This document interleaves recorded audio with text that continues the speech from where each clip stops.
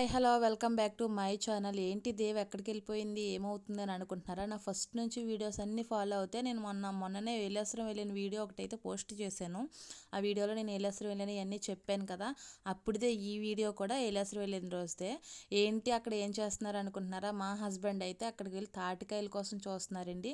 తాటికాయలు ఎందుకంటే తాటి తాటు బూర్లు ఇవన్నీ చేయడానికి కోసం ఫ్రెష్గా అప్పుడే పండివి ఏమైనా ఉంటే ఫ్రెష్గా బాగుంటుంది కదా అనేసి అక్కడైతే వెతుకుతున్నారు. ఇక్కడైతే చూసారా తాడి చెట్లు అన్నీ తీస్తారు.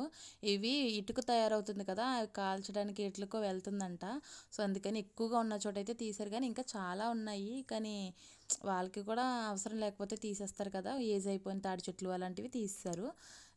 ఇక్కడైతే మంచివి అయితే దొరకలేదు, అంతగా మొగ్గలేదు ఇవి అనేసి మళ్ళీ వేరే చోటుకి వెళ్ళి లాస్ట్కి ఎలా అయితేనో అనుకున్న తాటికాయలు అయితే తీసుకొచ్చేసారండి. చూడండి ఎంత పెద్దవి ఉన్నాయో, బాగున్నాయి కదా. తర్వాత మీరే తీసుకొచ్చారు కదా, బూర్లు కూడా మీకోసమే కదా, మీరే నాకు అది గుజ్జు తీసిస్తే నేను వండుతాను, లేదంటే నేను వండలేను అంటే గుజ్జు అయితే తీస్తున్నారు. ఆ రోజైతే మామూలుగా సందడి కాదండి, ఫుల్. ఇంకా వీధిలో పిల్లలు అందరితో ఆడుతూ పాడుతూ ఇంకా నైట్ 11 or 12 అలా అయ్యే వరకు మేమందరం అలా సరదాగా బయట కూర్చుని అలా వండుతూ మాట్లాడుకుంటూ జోక్స్ వేసుకుంటూ అయితే చూసారు కదా జ్యూస్ అనేది ఎలా తీస్తున్నారో. జ్యూస్ అనేది ఇలా ఇలా అందులో గుజ్జు ఉంటుంది కదా, తాటి బూర్ల కోసం ఆ గుజ్జు అయితే తీస్తున్నారు. ఇలా అయితే ఆడుతున్నారు. తాటికాయ ఓపెన్ చేయడం కోసం మా వాడు ఎంత ఇబ్బంది పడుతున్నాడో చూడండి. అది పైన ముసుకుంటుంది కదా, అది తీయడం కోసం అనేసి అన్ని ఇబ్బందులు పడుతున్నాడు. నేలకేసి కొట్టి కొట్టి కొట్టి లాస్ట్కి ఎలా అయితేనో తీసాడు మా వాడు. దాన్ని కొబ్బరికాయ ఒలిచినట్టు ఒలుస్తున్నాడు. నేనైతే తాటికాయ కూడా తీయలేకపోతున్నాం అనేసి మేమందరం కామెడీ. ఆ రోజైతే ఫుల్ ఫన్. ఇంకా మేమైతే ఈయన వస్తే మాత్రం చాలా అంటే చాలా ఆనందంగా హ్యాపీగా అయితే ఉంటాం మేము. చూసారు కదా గుజ్జు ఎలా తీసారో. ఇదైతే చాలా కష్టమండి గుజ్జు తీయడం అనేది, అమ్మ బాబోయ్ చాలా కష్టం. లాస్ట్కి అనేది ఇలా అయితే ఓపెన్ చేసి తాటికాయ అనేది ఇలా అనేది ఓపెన్ చేసి తర్వాత అయితే ఆ బ్లాక్గా ఉంటుంది కదా అదంతా అయితే తీసేయాలి. ఆ తొక్కలా ఉంటుంది కదా అంతా తీసి అప్పుడు వాష్ చేసి గుజ్జు అయితే తీయాలి. కానీ చాలా కష్టం ఆ పని అనేది. అది ఓపెన్ అవ్వట్లేదు, తీస్తున్నారు. మేము ఆ రోజు అయితే 11 వరకు అలా వండుతూనే ఉన్నాం, ఒకదాని తర్వాత ఒకటి అలా కుక్ చేస్తున్నాను. ఆ తర్వాత చూసారు కదా బ్లాక్ అనేది తీసేయాలి, పైన బ్లాక్ కలర్ అనేది తీసేయాలి. సో దానికి తీస్తున్నారు. ముందు తీసిన తాటికైతే వేస్ట్ అయితే పాడేశారు. తర్వాత ఇలా బొగ్గుల పొయ్యి మీద నేను వండాను కదా మొన్న, సేమ్ అలానే వండుతామంటే అలానే మళ్ళీ వండుతున్నాం బొగ్గుల పొయ్యి మీదే. నేనైతే బెల్లం అయితే తీస్తున్నాను. తాటి ఫస్ట్ తాటి అంటే తాటి అయితే నేనైతే బెల్లం అయితే కోరుతున్నాను ఫస్ట్. బెల్లం అయితే కొంచెం కొంచెం బాగా పొడిగా తీసుకోవాలి కదా, సో అలా అయితే తీసుకున్నాను. చూసారు కదా ఇది గుజ్జు, అదేమో నూక. ఇది గుజ్జు తీసుకున్నాను, అదేమో ఇడ్లీ నూక ఉంటుంది కదా, ఇడ్లీ నూక అయితే తీసుకున్నాను. ఇది మిక్స్ చేస్తాను రెండు, చూడండి. చూసారు కదా కొంచెం అయితే ఇలా గుజ్జు అయితే కొంచెం అయితే తీసుకున్నాను. క్వాంటిటీ అనేది మనకి తెలిసిపోతుందండి, అంటే కుక్ చేసే వాళ్ళకి అనేది మామూలుగా ఎప్పుడు కుక్ చేస్తాం కదా వాళ్ళకి, సో క్వాంటిటీ అనేది తెలిసిపోతుంది. సో నేనైతే అలా క్వాంటిటీ ప్రకారంగా అయితే తీసుకున్నాను, నాకు తెలిసిన ప్రకారంగా అయితే నేనైతే తీసుకున్నాను.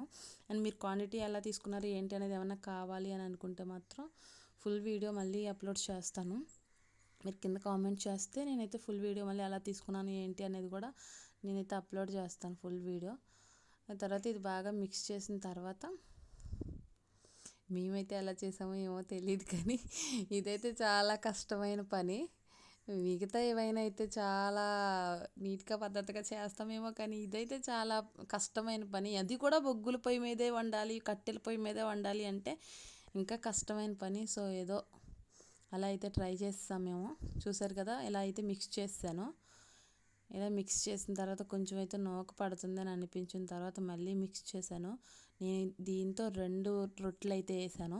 ఇదివరకు రోజుల్లో ఇప్పుడంటే బయట ఏది పడితే దొరుకుతున్నాయి, కానీ ఇదివరకు రోజుల్లో బయట ఏమీ దొరకక ముందు ఏం చేసేవారంట, ఇడ్లీకి కలుపుకుంటాం కదా మినప రుబ్బు అండ్ ఇడ్లీ నూక కలిపేసుకున్న తర్వాత ఒకరోజు ముందు రొట్టె వేసేసుకుని ఇలాగ బొగ్గుల పొయ్యి మీద ఇలా కట్టెల పొయ్యి మీద బొగ్గులతో వాటితో కాల్చుకుని ఒక 1 డే ముందే చేసుకుని వాటిని కలిపి వాటిని పెట్టుకుని వెళ్ళేవాళ్ళంట, సంచుల్లో వాటిలో బాక్సుల్లో అలా క్యారేజెస్లో. మెయిన్గా క్యారేజెస్ తెలిసే ఉంటాయి పల్లెటూరులో, ఇప్పటికీ కూడా క్యారేజెస్ ఉన్నాయి.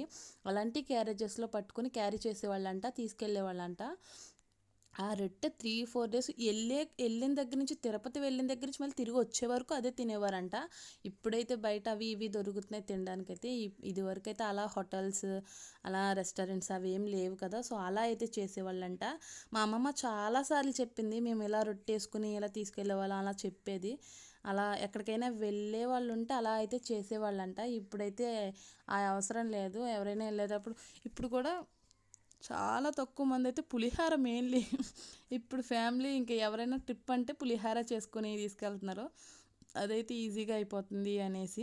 పులిహార మంచిదే కానీ జర్నీ టైంలో పులిహార అనేది చాలా వేడి చేస్తారు చాలామంది, కానీ చాలా వేడి వేడి చేసేది కాబట్టి పులిహార అనేది జర్నీ టైంలో అంత సేఫ్ కాదని నేను అనుకుంటాను. ఎందుకంటే వేడి ఎక్కువగా చేస్తుంది కాబట్టి జర్నీ అనేది కూడా ఆటోమేటిక్గా వేడే. సో ఇది కూడా వేడి చేయడం వల్ల మనకి కొంచెం హెల్త్ ఇష్యూస్ ఏమైనా వస్తాయేమో నేను అనుకుంటాను. అండ్ తర్వాత అంటే బయట తినే దాని మీద పులిహోర కరెక్ట్ అని అనుకుంటారేమో. తర్వాత బెల్లం కూడా వేసాను, చూసారు కదా. కలిపేసిన పిండిలో బెల్లం కూడా వేసేసాను. ఆ బెల్లం కూడా బాగా మిక్స్ చేస్తున్నాను. ఇది బాగా ఇంకా మెత్తగా తీసుకోవాలి, కానీ నాకు ఇంకా స్పీడ్గా అవ్వాలనే ఉద్దేశంతో అంత మెత్తగా అయితే తీసుకోలేదు. ఇదివరకు నా చిన్నప్పుడు కూడా మా నాన్న తాటికాయలు తీసుకురమ్మని ఇలా రొట్టె గట్ట చేయమని అంటే మా నాన్నగారు ఎంతసేపు అనేవాళ్ళు, అది పడదు, తాటికాయ వాతవా తినకూడదు అలా అనేవాళ్ళు. వాతవంట, తాటికాయ తినకూడదు, అస్సలు తింటే కాళ్ళు చేతులు నొప్పి వస్తాయని అనేవాళ్ళు. కానీ ఇప్పుడు నేను వారానికి 2-3 సార్లు చేసుకుంటున్నాను కానీ నాకు బాగానే ఉంది. అంటే అప్పుడు ఏమో మరి అప్పుడు అలా అనేవాళ్ళు మా నాన్నగారు అయితే.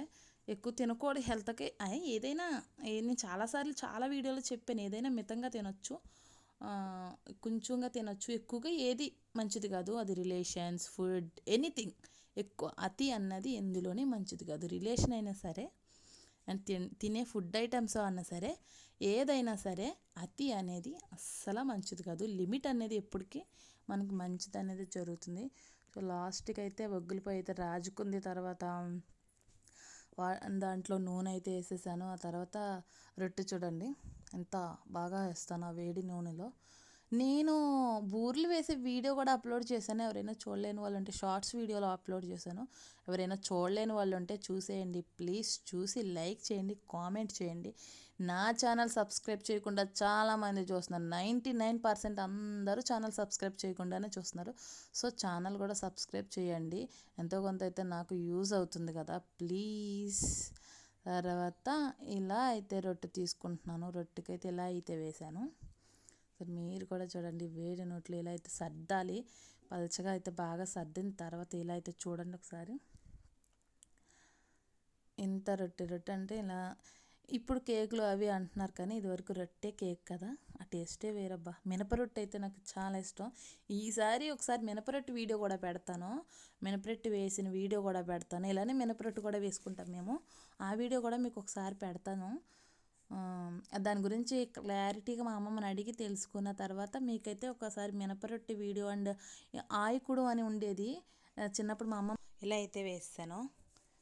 తర్వాత దీనిపైన అయితే నిప్పులు అయితే పెట్టాలి, అంటే పైన కింద కూడా ఒకేసారి ఉడుకుతుంది కదా అనేసి ఇది ఇలా సర్దేసి పలచగా సర్దేసిన తర్వాత పైన అయితే నిప్పులు వేయాలి. మైక్రోవేవ్ ఓవెన్ కాన్సెప్ట్ కూడా ఇదే అనుకుంటా, ఎందుకంటే అది కూడా పైన కింద కూడా ఉడుకుతుంది కదా, ఏమో నాకు తెలీదు, నేను అనుకుంటున్నాను, ఐ గెస్ అంతే. మైక్రోవేవ్ ఓవెన్ కాన్సెప్ట్ కూడా సేమ్ ఇదే అనుకుంటున్నాను, నాకు కూడా క్లారిటీగా తెలీదు. ఇదే కాన్సెప్ట్ మీద ఉంటుందేమో అనుకుంటున్నాను. మనం కింద మంట పెడతాం, పైన ఏమో బొగ్గులు వేస్తాము, అది అలా కాకుండా పైనుంచి కింద నుంచి కూడా హీటు చేసి ఉడికిస్తుందేమో అనుకుంటున్నాను. కానీ దాని మీద ఇలా డైరెక్ట్ నిప్పుల మీద ఉడికించింది అయితే హెల్త్కి అయితే మంచిది. అది కరెంట్ మీద ఉడికించడం అనేది అంతగా హెల్త్కి అయితే మంచిది కాదని నా ఉద్దేశం. నా పిల్లలకైతే 99% హెల్తీ ఫుడ్డే పెడతాను. ఆల్మోస్ట్ అన్నీ కుక్ చేస్తాను, బాగా కుక్ చేస్తానని నా ఫీలింగ్. తర్వాత చూడండి పైన అయితే ప్లేట్లో ఇలా నిప్పులేసి పెడుతున్నాము. ఒకసారి చూడండి, ఇదిగో ఇలా వేసేసాము పైన నిప్పులు అనేది ఇలా వేసేసాము. మీకు కూడా అనిపించిందా మైక్రోవేవ్ కాన్సెప్ట్ కూడా ఇదే అని? మీకు కూడా అనిపిస్తే కామెంట్ చేయండి అండ్ ఛానల్ సబ్స్క్రైబ్ చేయండి. సబ్స్క్రైబ్ చేసి చూడండి. వీడియో నచ్చితే లైక్ కూడా చేయండి, కామెంట్ కూడా చేయండి.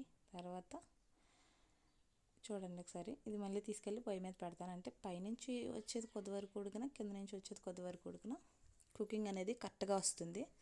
సో అందుకని అలాగా. ఇదిగో ఇలా మైక్రోవేవ్ కాన్సెప్ట్ కూడా ఇదే సేమ్, ఇలానే ఉడుకుతుంది పైనుంచి కింద నుంచి కూడా వెయిట్ వచ్చి. కానీ అది అనేది కరెంటుతో, కానీ ఇది అనేది బొగ్గులు డైరెక్ట్ హీట్ వల్ల ఉడుకుతుంది.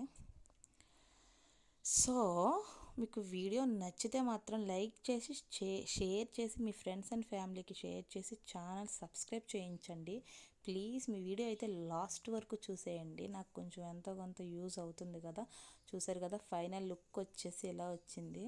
చాలా టేస్టీగా ఉందండి, నోరు ఊరిపోతుంది చూస్తుంటేనే, కానీ తింటే ఇంకా బాగుంది. అబ్బా చాలా టేస్టీగా అనిపించింది నాకైతే.